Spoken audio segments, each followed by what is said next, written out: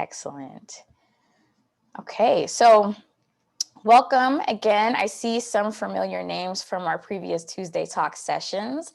And for anyone who's joining us for the first time, I am glad that you are here with us. So let me just give a quick introduction of myself. I'm Jillian Moyes. I'm a PhD candidate in sociology at UC Davis. I am also this year's graduate student assistant or advisor actually to the Dean of Graduate Studies and the Chancellor. And I will share my email address in the chat a little bit later if anyone has questions. But this Tuesday Talks with Alumni series was developed as part of my GSADC project in collaboration with key graduate studies staff, including Jessica Fayler Ward, who's joining us on the call today. It's a spring quarter series that's designed to provide graduate students an opportunity to informally connect with advanced degree alumni who have successfully navigated graduate school at UC Davis and who come from diverse academic fields and professional backgrounds. So each alum in this series will share their experiences and personal perspectives on a professional development topic of their choosing. After today's talk, we'll have 4 more sessions in the month of May, and I'll make sure to drop that link in the chat so you have access to the remaining talks. So just a couple of quick housekeeping items before I introduce our speaker. So I'm just going to ask for you to remember to just keep your mics muted throughout the duration of the presentation. But after the talk, we'll have roughly 20 minutes or so for questions, at which point you can use the raise hand function and unmute yourself to ask your question out loud, or you can type your question in the chat and I will ask it aloud. So without further delay, I'm super excited to introduce today's speaker who will be giving a presentation on creating and cultivating your professional network. So Dr. Donna Charlevoix is Director of Education and Community Engagement and Managing Director of Communications for UNAVCO and the NSF-supported Gage facility. The portfolio of work under her purview includes technical training for graduate students and researchers, curriculum development for K-12 and higher education, internship programs for undergraduate and community college students, diversity and inclusion programming, and all aspects of organizational communication and research. She holds a PhD in science education and an MS in atmospheric sciences from UC Davis. She worked for over a decade in academia as faculty, after which she transitioned to work for nonprofits that support federally funded science facilities. She is actively involved in atmospheric science education in the American Meteorological Society, co-authors university science textbooks, and serves in the leadership of the Council on Undergraduate Research. Dr. Donna Charlevoix resides with her family in Colorado. Please help me in welcoming Dr. Donna Charlevoix. Thank you. Feel free to take it away, Donna. Okay, thanks, Jillian. I really appreciate that. Hi, everybody. It's great to be connected with folks from Davis. It's been quite some time. When I was in Davis, which was in the mid-90s, it was very different than today. And I'm currently in Boulder. You can actually see this is a photo that I took on a hike a couple of weeks ago. I'm really excited to be here to talk about networking because I feel like it's something that a lot of times people don't really have a full understanding of and what the value is. And so what I was hoping to do is just kind of share some of my experiences and thoughts and really almost have like a conversation and we can use the chat or whatever. So I'm going to share my screen here, hopefully successfully. Jillian, does that work? Great. Yes, it does. Okay. So yeah, so I thought actually we would start with a poll. And so if I can get Jillian to maybe bring up the poll. If you could just share with me whichever of these categories you would consider yourself. And if you don't really fit in there, there's another category. And not graduating soon is very subjective. Graduating soon is also subjective. So you just, whatever you feel comfortable with.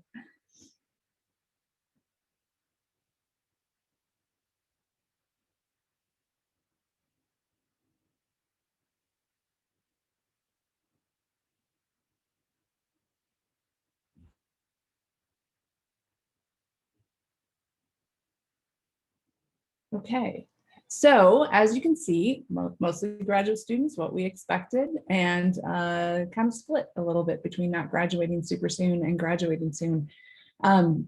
Regardless of which category you picked, you can do some networking. And it's probably a good idea to start thinking about that, especially if you're not graduating soon, because a lot of times it takes a little bit of time to get comfortable in the notion of kind of putting yourself out there in a professional way.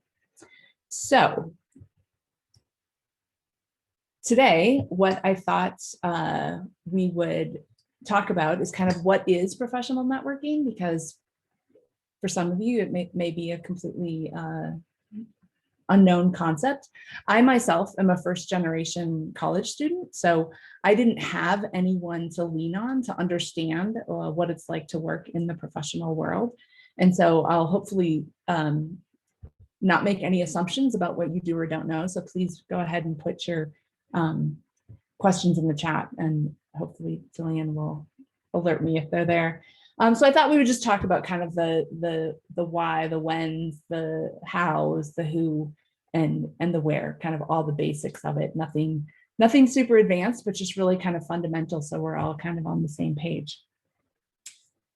So networking, I am actually very much an extrovert. Like, I love to talk to people. I love to just chat with people in lines. I'm that random person that's, asking you about your shoes or whatever. I am married to someone who, like, talking to someone they don't know is like their worst nightmare. So what I'm kind of curious about for all of you is, where do you fall in this spectrum? So Jillian's got another poll here. We're just going to do these two quick polls. Now, how do you feel about networking? Are you super excited about it? Like, yes, let's do this. You're doing okay. You're thinking about it, or like, oh, please don't make me talk to someone.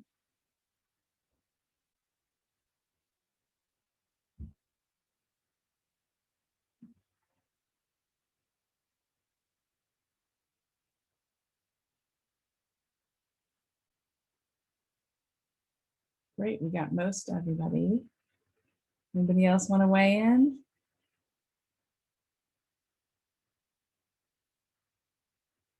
Okay, so as you can see, not a huge number of you just ready to jump out there and see how you can meet new people that might help you professionally. So we got a little bit of a bell curve here. So it is something that you can constantly work on, and that's kind of the good thing about networking. So let's just kind of go to the very basics, like, what is professional networking? The easiest thing to think about is a definition where you're building relationships. You're just trying to meet people that are in your same professional circle, and that could be within your direct career field, or maybe in peripheral or related fields.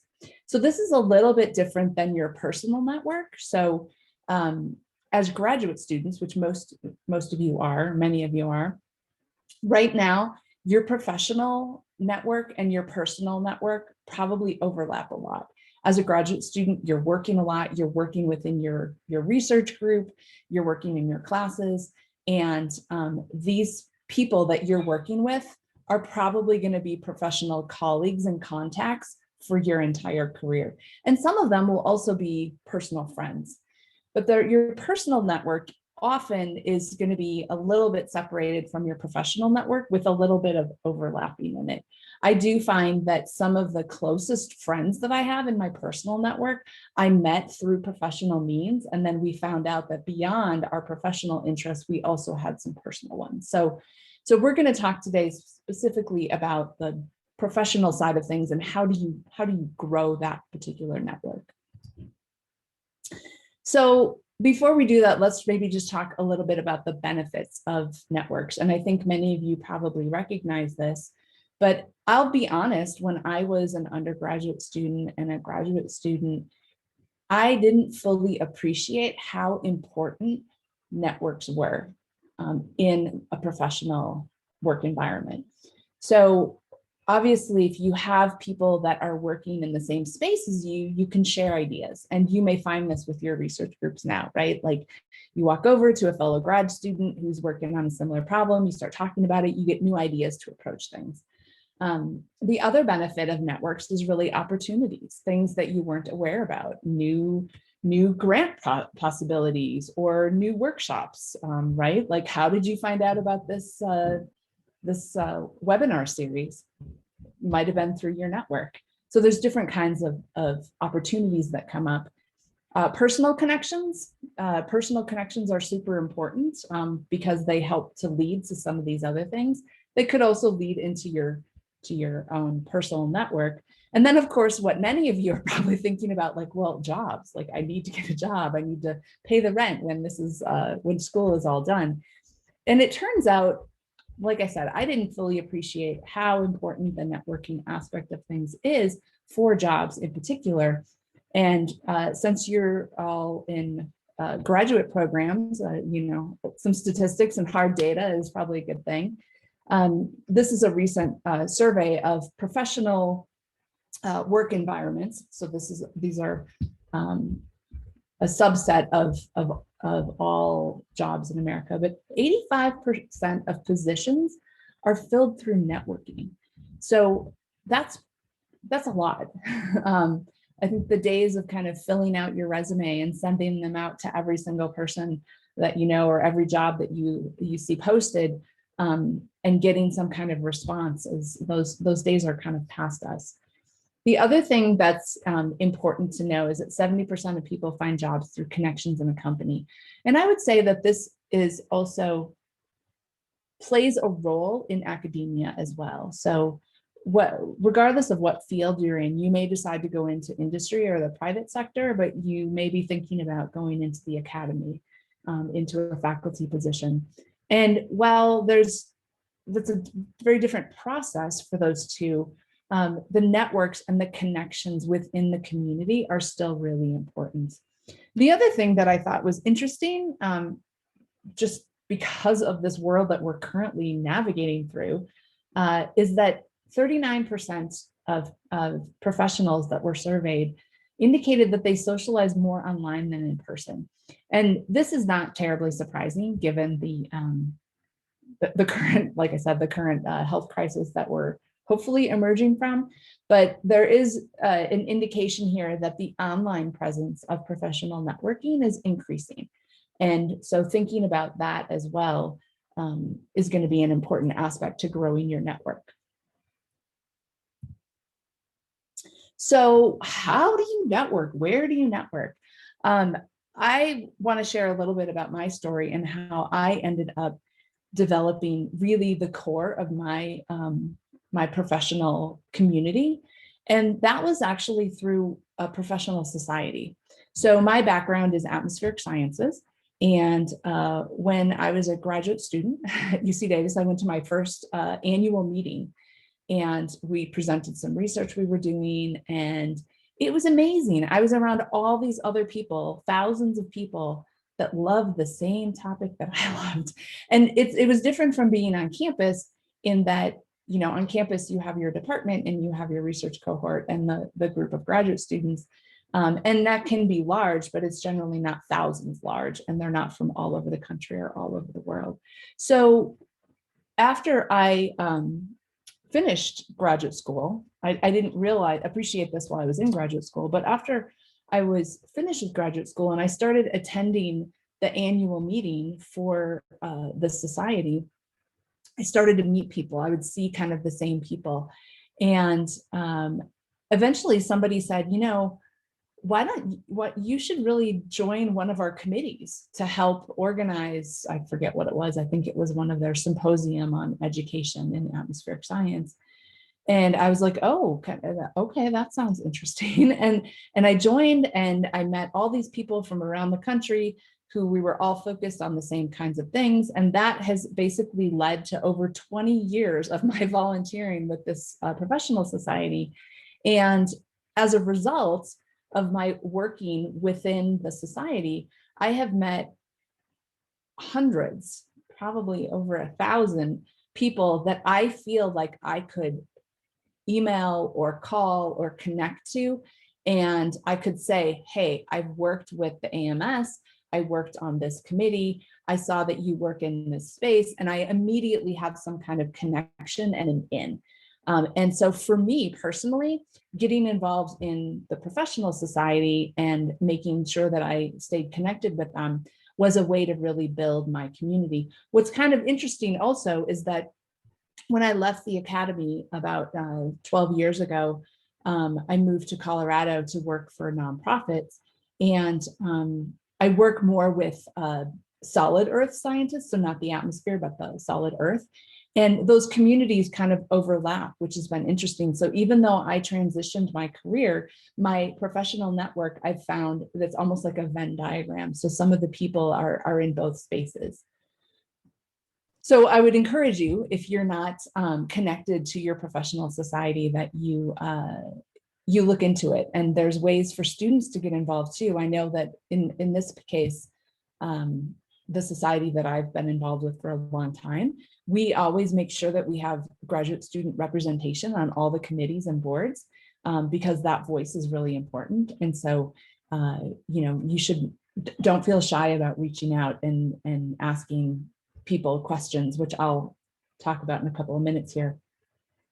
Other ways to network: online communities. So some of you may have an online presence. Twitter is actually great for connecting, especially in particular disciplinary areas. There's like med Twitter and earth science Twitter and all kinds of, and they're not different Twitter networks.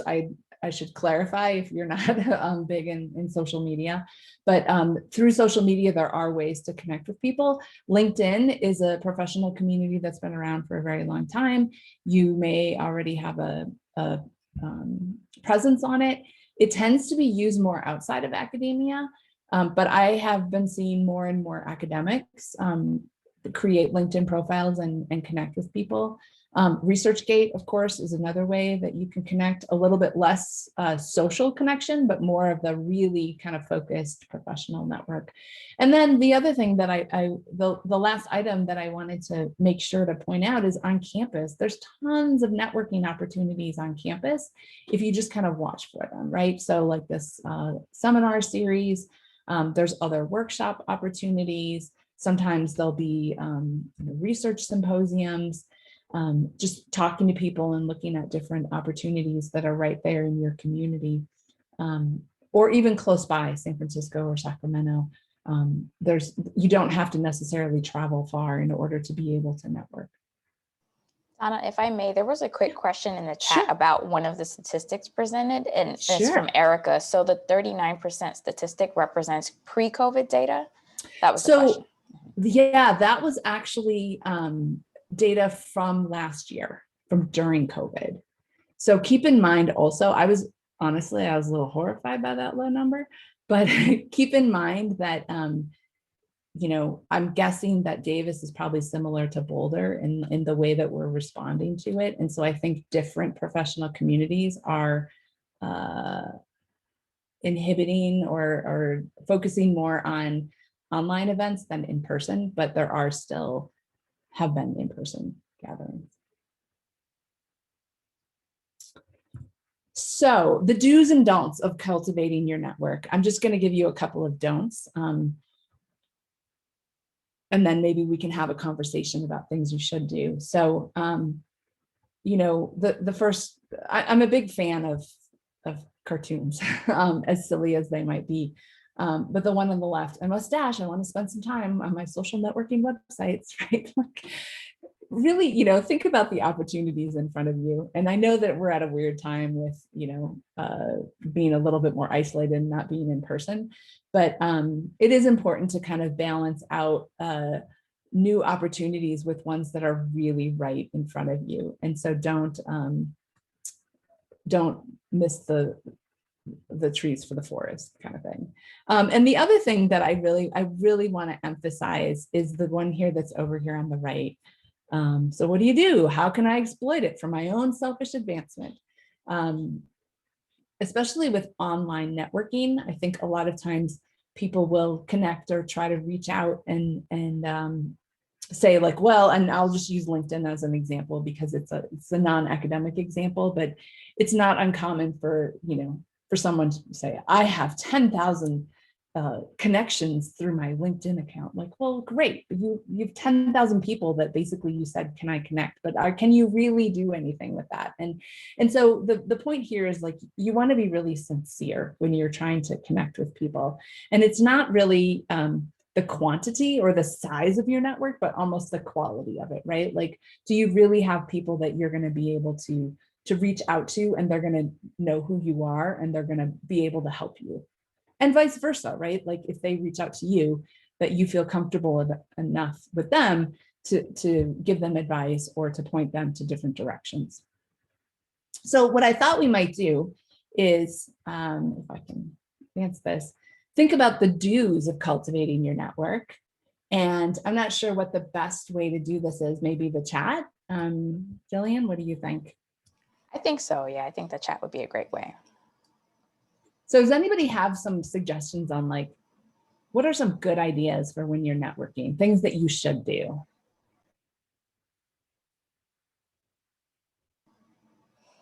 And I can, as they come in, I can read a few of them out loud as they start rolling in.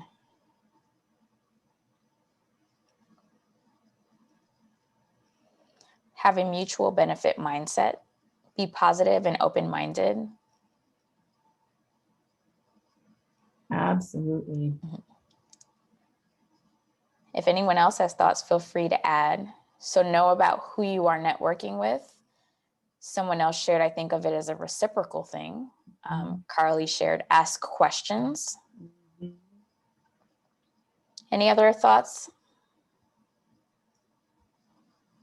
Yeah, these are all great. Keep them coming. Well, maybe we'll speak to these a little bit. So I think the being open-minded and positive is really important. And the one thing that I'll also remind you, and I'm sure that you've thought of this, is that when you're interacting with someone, it's always good to be open-minded, give them the benefit of the doubt. A lot of times we don't know what's going on in that person's life, right? Professionally, personally, maybe they're trying to come to this networking event or trying to come to something because they really feel it's important, but they've just had something really substantial happen to them right before. And so they're kind of off their game, sort of thing. So, try not to make assumptions about people, but I think it is important to be open-minded about that. Asking questions, so important, right? Like people love to talk about themselves. If you are an introvert and you're like, the idea of networking is just like your worst nightmare, just think of like 2 or 3 questions that you could ask somebody. And once people start talking, oftentimes you're gonna have to figure out how to like move away, right? So I think that that's really, really a great way to do it. And being genuinely interested. I think if you're not sincere, people are going to recognize that, right? So you want to make sure that you're not networking for the sake of trying to get your numbers up, right? Like you're trying to genuinely meet people and see how you might connect. Informational interviews, great idea. I was going to speak about that in a couple of minutes. And learning a little bit about the person. And great idea for introverts, start with family and friends, right? Like, it's interesting, like if you have family, especially extended family, especially individuals in your family that are a bit older than you probably don't know their full history, right? Like, where have they worked? What have they done? And so I think asking them those questions is a great way to get some practice. Yeah. Right. Remember, it's not who you know, it's who knows you. Give you a chance to get to know you. That is so true. Once you show interest in people, sincere interest, then they're going to be more interested and curious about you as well. And so they'll tend to show reciprocity in that.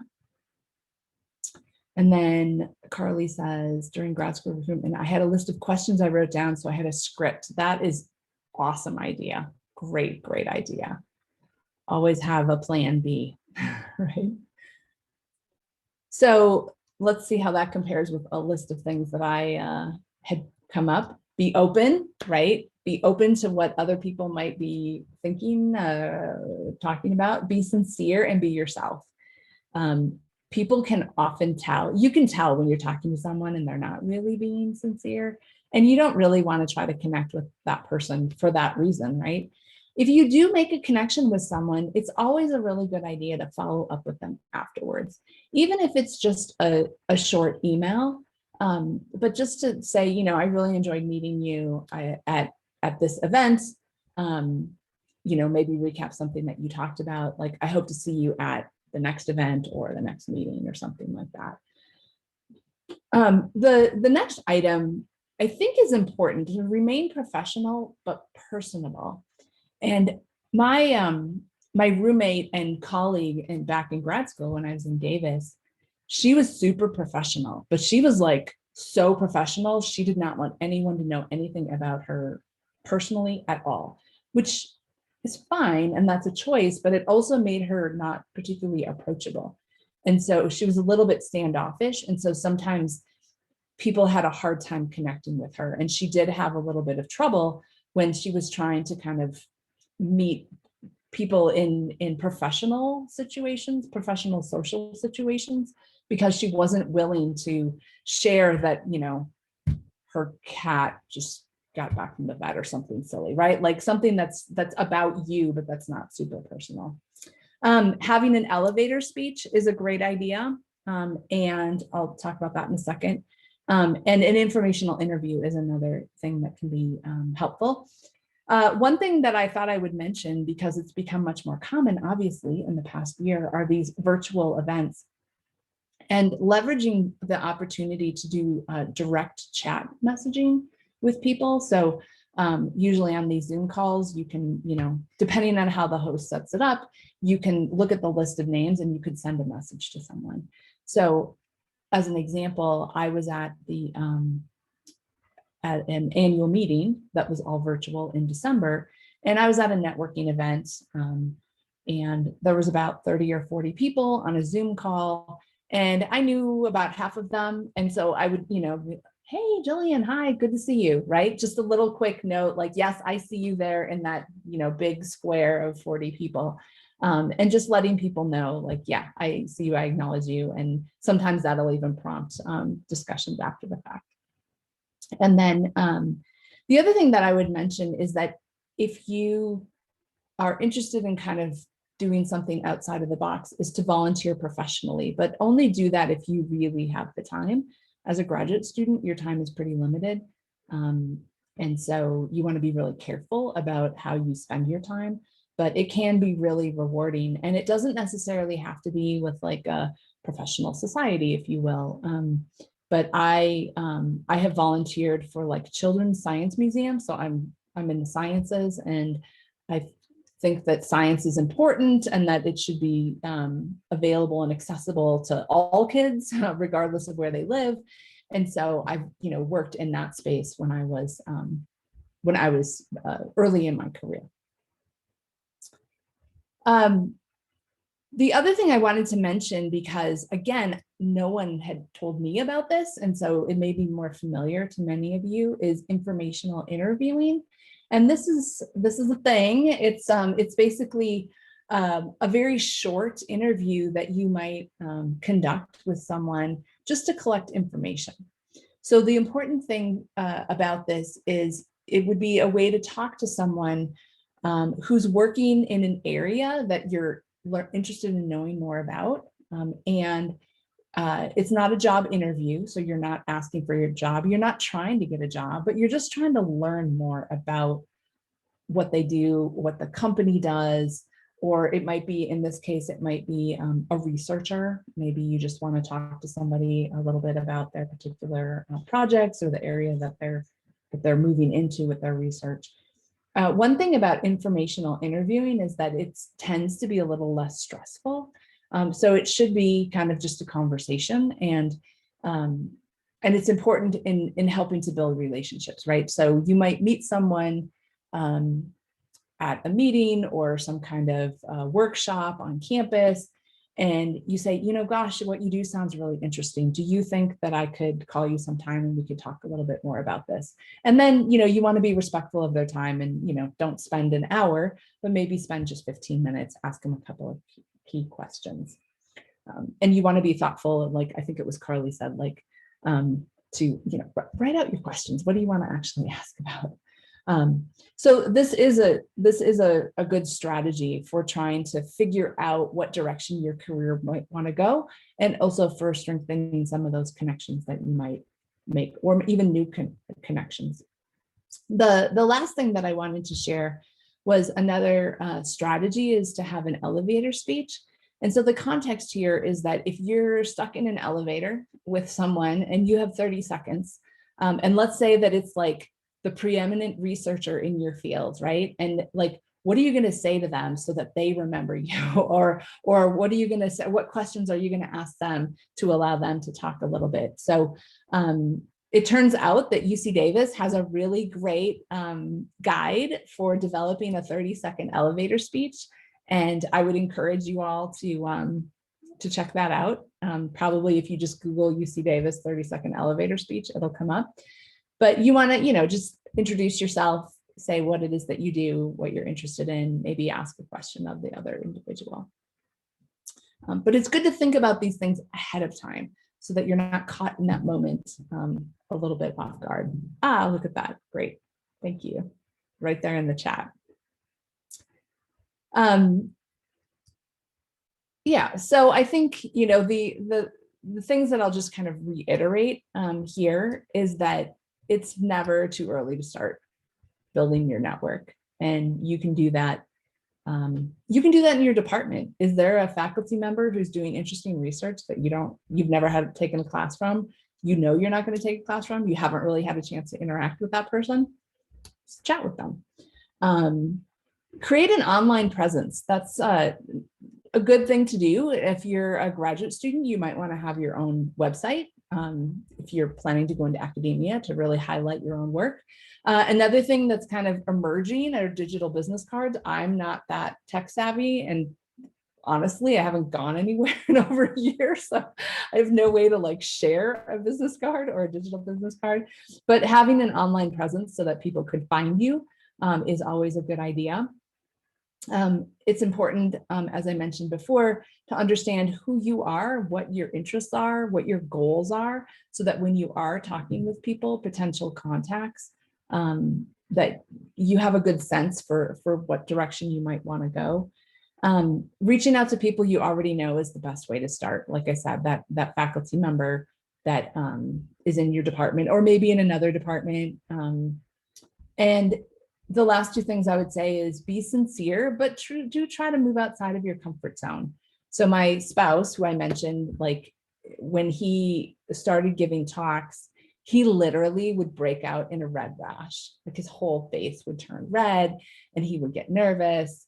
And okay, this was 20 years ago, but he went out of his comfort zone and he talked about it and he did it. And now he's, he still doesn't love it, but it's something that he can do, and that it's been a positive experience in terms of like after you do it a number of times, you kind of know what to expect. So, so anyway, I hope that these are a couple of good tips. I'd really be interested in hearing if you have any tips or ideas or questions. I'm happy to answer them. Thank you so much, Donna, for an excellent presentation. So we have roughly 20 minutes or so for questions. Again, you can feel free to raise your hand and then I'll call on you and you can unmute yourself or ask your question in the chat. I did have a question that came into me directly, Donna, so I'll go ahead and start with that one. So the question was, do you recommend requesting informational interviews while a graduate student, or while still a graduate student? Or do you think people would still be receptive to talking to a recent grad or postdoc? I think either way, like if there's something that you really want to know about, reach out to the person and just ask them. I get requests from students, graduate students, and then also people who have recently graduated. I'm trained as a scientist. I don't do science anymore. And people are like, wow, well, what do you do? Right. And I think most people are more than happy to talk with you. So I don't think that there's no one right time to do informational interviews, like in terms of what stage you're in. Thank you. And so we have another question that came in from Carly. How much of an online presence are you talking about? Influencer level? I have LinkedIn and Twitter, but just people I have first connections with. Yeah. So you don't have to be an influencer. You might be someday when you're a researcher, right? And like you're posting all your great findings. I would say, so my observation through, especially through Twitter, and I use Twitter in a slightly different way for a topical area that I'm most passionate about. It's not directly work related, but what I see here is that especially with like Twitter, if you're sharing information and you're following people who are doing things that interest you and that are within your professional field, engaging in like an online conversation with them, right? Through that Twitter feed, or even direct messaging them through Twitter, helps to grow that, right? Like you also, I think somebody mentioned too before, it's kind of the quality of the interaction. So if there's a particular individual that's just doing really fascinating work and sharing a lot of things that you find interesting, just connecting with them is really a good way to start. It's all about kind of that starting component and like starting to grow it, right? Like you don't expect that you're going to have like 10,000 Twitter followers when you're early in your career. In terms of LinkedIn's kind of a weird thing. Like I think having a LinkedIn presence is good. I would say I do a lot of hiring and I sit on a lot of hiring committees. And so one of the things that we'll do is we'll just try to kind of get a feel for like, what do these individuals do? And it's helpful if people have a LinkedIn account, even if it's just minimalist. If you go to my LinkedIn account, it's pretty minimal, but it's got all my information there. So you can kind of see the trajectory of my career. So you don't have to be all out. And honestly, you could spend all your time on social media and you shouldn't, but it's easy. It's hard to balance it. It's easy to kind of get carried away and to try to have more of an online presence than what maybe you really need. Because at the end of the day, it's really those relationships with people that are going to help you navigate through your career. Thank you. As we're just waiting for folks to share their questions, I'm going to put a link again to all of the Tuesday talks, as I promised earlier. So that's there for you all. So yeah, if you have additional questions, feel free to share them in the chat or raise your hand. I'm just sort of looking through the participant list here to see if anybody has their hand raised. Yeah. Well, while you're doing that, Jillian, I'll share with you all a little tidbit that I shared with Jillian before we started. So I was telling her when I was thinking about like what I might say to you all, I was thinking back to when I was a grad student at UC Davis, and I can't remember the context. I went to some networking event, but it wasn't actually networking. It was more like how to network event. And they were giving us tips. And I was telling Jillian that the one thing that I remember, the person who was leading this said, especially for women, if you go to a networking event, make sure that you don't ever carry like a handbag with or something without a strap, if you will, right? And try to avoid bringing a purse or a handbag, and make sure that you wear something, a jacket or pants that have pockets. So if people give you business cards, you have someplace to put them.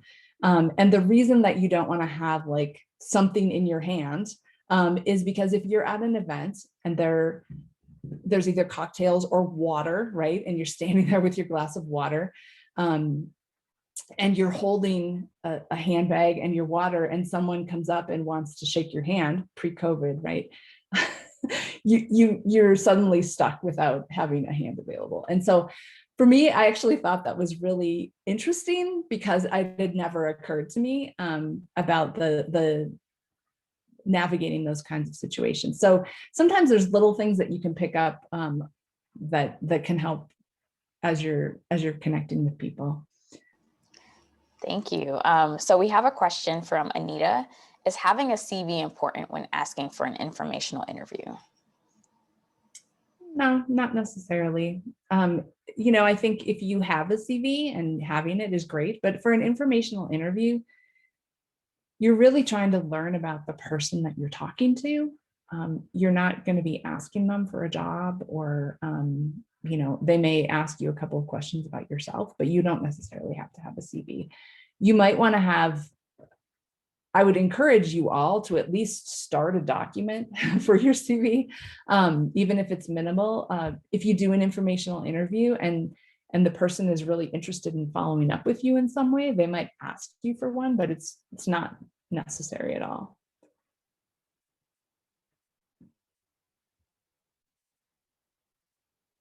Sorry, I was having trouble unmuting. So another question came in from Julie. Why do you think people struggle with networking if it's been told to us many times that networking is very important? That's a great question, Julie. So from my personal experience, I think I didn't really understand what it was. And so I think there's a certain group of people that just don't really know that it's just meeting people and trying to connect with them. I think for another group of people who are less extroverted, the idea of talking to someone that they don't know is really uncomfortable. And so I think that is another aspect. I think some people think, if talking to strangers is not really your thing, it's probably not high on your priority list. And so you can always find other things to do. Oh, I'm going to work on that class paper, or I'm going to work on this research project, and I'll worry about networking later. So I don't think there's any one reason. I do think that it does become a little easier with time. Once you've kind of established at least a close, small network of people that you can kind of reach out to, then what happens, of course, is when you meet someone and you connected with them, then sometime down the road, they may see an opportunity to introduce someone else to you, right? So like that's how your network grows. And so I think it could be any variety of reasons why we're not excited about it. I actually have a question as we're waiting for other folks to ask questions as well. What are your thoughts, Donna, about cold emailing or calling? So if there's a particular person that maybe isn't a job that you're interested in, or does the kind of research you're interested in, perhaps they're located in the local area, or perhaps not. What are your thoughts about just reaching out to them with questions or anything along those lines? Yeah, I think there's pros and cons to it, right? I think the first thing you would try to do is to see if there's any way that anybody that knows them. That would be my first thing. And so, trying to ask around or look online, see, if they're on Twitter, you might look to see, like, are they connected to anybody that I actually know? So, see if there's some kind of personal connection that you could leverage.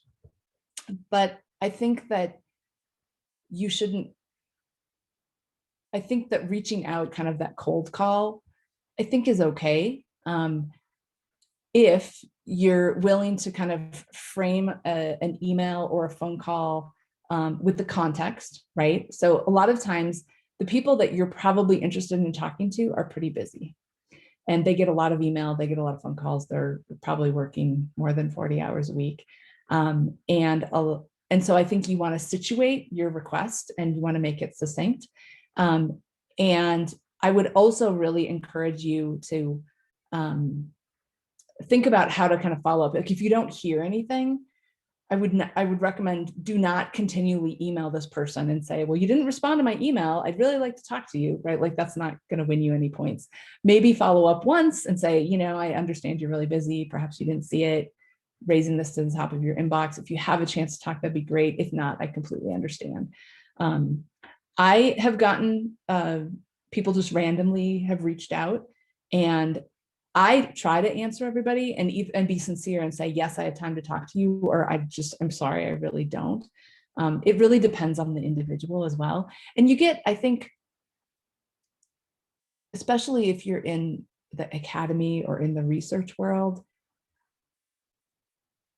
I feel like it's less so an issue, but sometimes people can feel, if they've been in the field a long time, they feel like they don't really have an obligation to talk to younger scientists or younger, students. They might say, well, I don't have time for that. I'm kind of important. They might have an inflated ego. And if you get a kind of a no response or a response kind of like that, I would encourage you to remember, like, it's not you, it's them, right? But I think that it's okay to reach out. You just have to recognize that people might not have time. Thank you for that. Sure. So we have time for maybe one or two questions, two more questions if there are other folks who have questions. I know sometimes it takes a while to generate these, so I want to give everyone the space if they had a question that they wanted to ask before we close.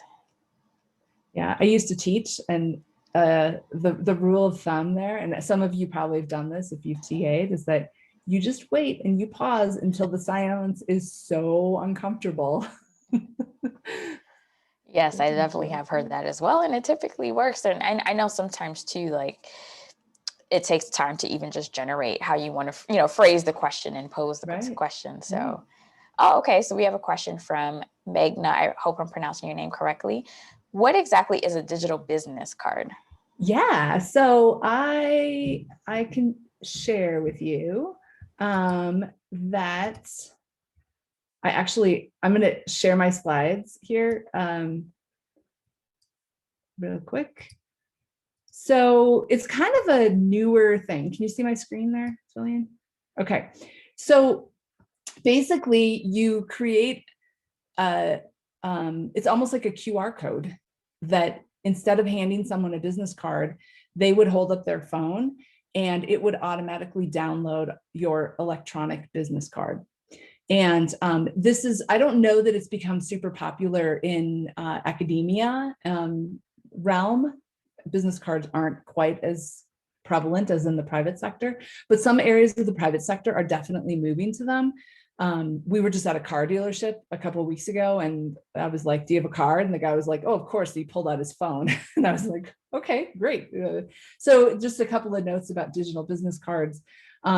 They're basically customizable, and you can put all your information in. It can look just like a regular business card. You could include a photo, you could include other images, you can put all your social handles on there.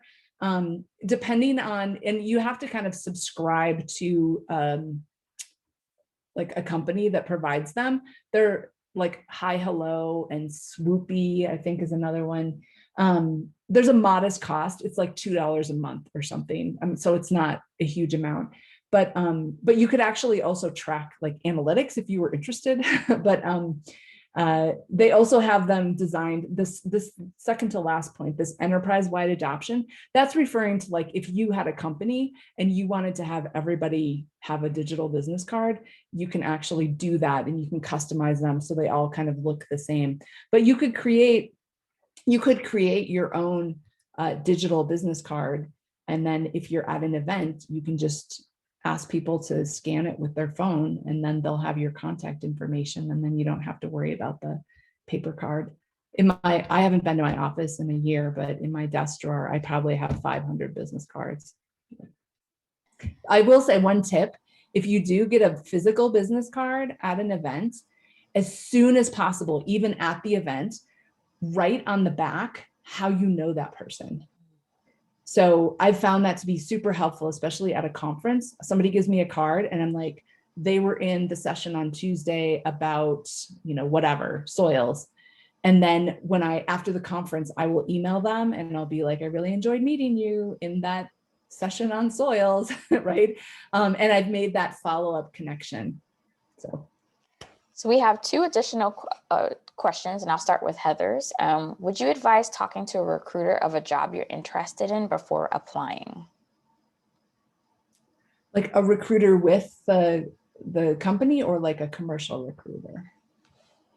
Heather, feel free to clarify if you want to unmute, or just in the chat, whatever's easiest for you. Yeah, I meant the recruiter that's posting the job. Yeah, like the human resources group. Yes. I would say try to reach out.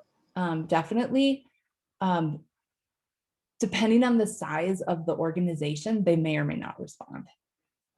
But certainly you could reach out and you could, ask a couple of questions or get clarification.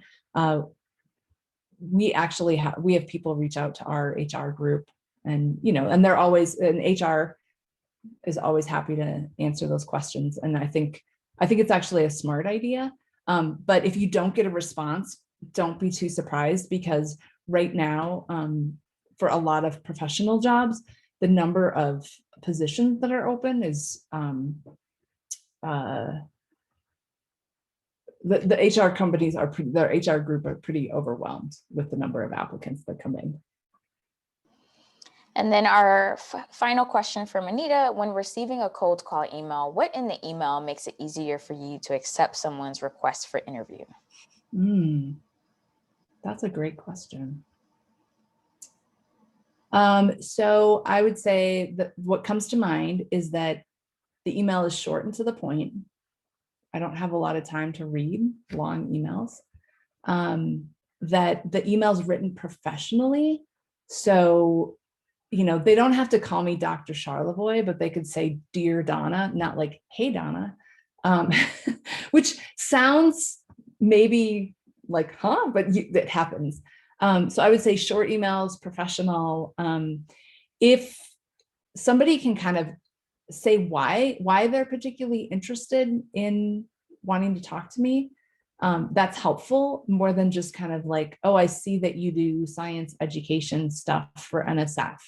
Can I talk to you?" Like, well, why are you interested? Like, "Oh, I'm interested in trying to get more involved in X," or I think that working for a facility funded by NSF would be really interesting. So I think that giving a little bit of a, again, that sharing a little bit about yourself and why you're interested would make me more likely to respond. I would still try to respond to everyone, but I think those kinds of emails, they seem more sincere, right? Thank you. And Anita, thanks you for the answer as well. So before I offer just some closing comments, I just want to ask Donna if you wanted to offer some closing commentary before we close out today, if there was any last thing you wanted to share with the group. I would just say thank you to everyone, and I'm really honored that I was asked to speak to you all, and I hope that if any of you are in the science world or science education world, that you don't hesitate to reach out. And I want to thank you as well, Donna, for being so generous with your time and sharing your thoughts with us today about cultivating a professional network. This has been super helpful and informative. And also thank you all to the attendees for joining us today and participating in this talk. So as I said, we have 4 more sessions. Next week's session, I'm going to put the registration link in the chat for anyone who's interested. But we're going to have an alum from chemical engineering who lives actually in Turkey now and works in a university in Istanbul. So, and he'll be talking about online strategies or strategies for teaching online at the higher education level. So if you have any questions, you can feel free to email me. I'm just going to get my email and drop it in the chat real quick. And I think I sent, did that come through to everyone? I might have sent that other link privately by accident. So let me drop that in again before you all go.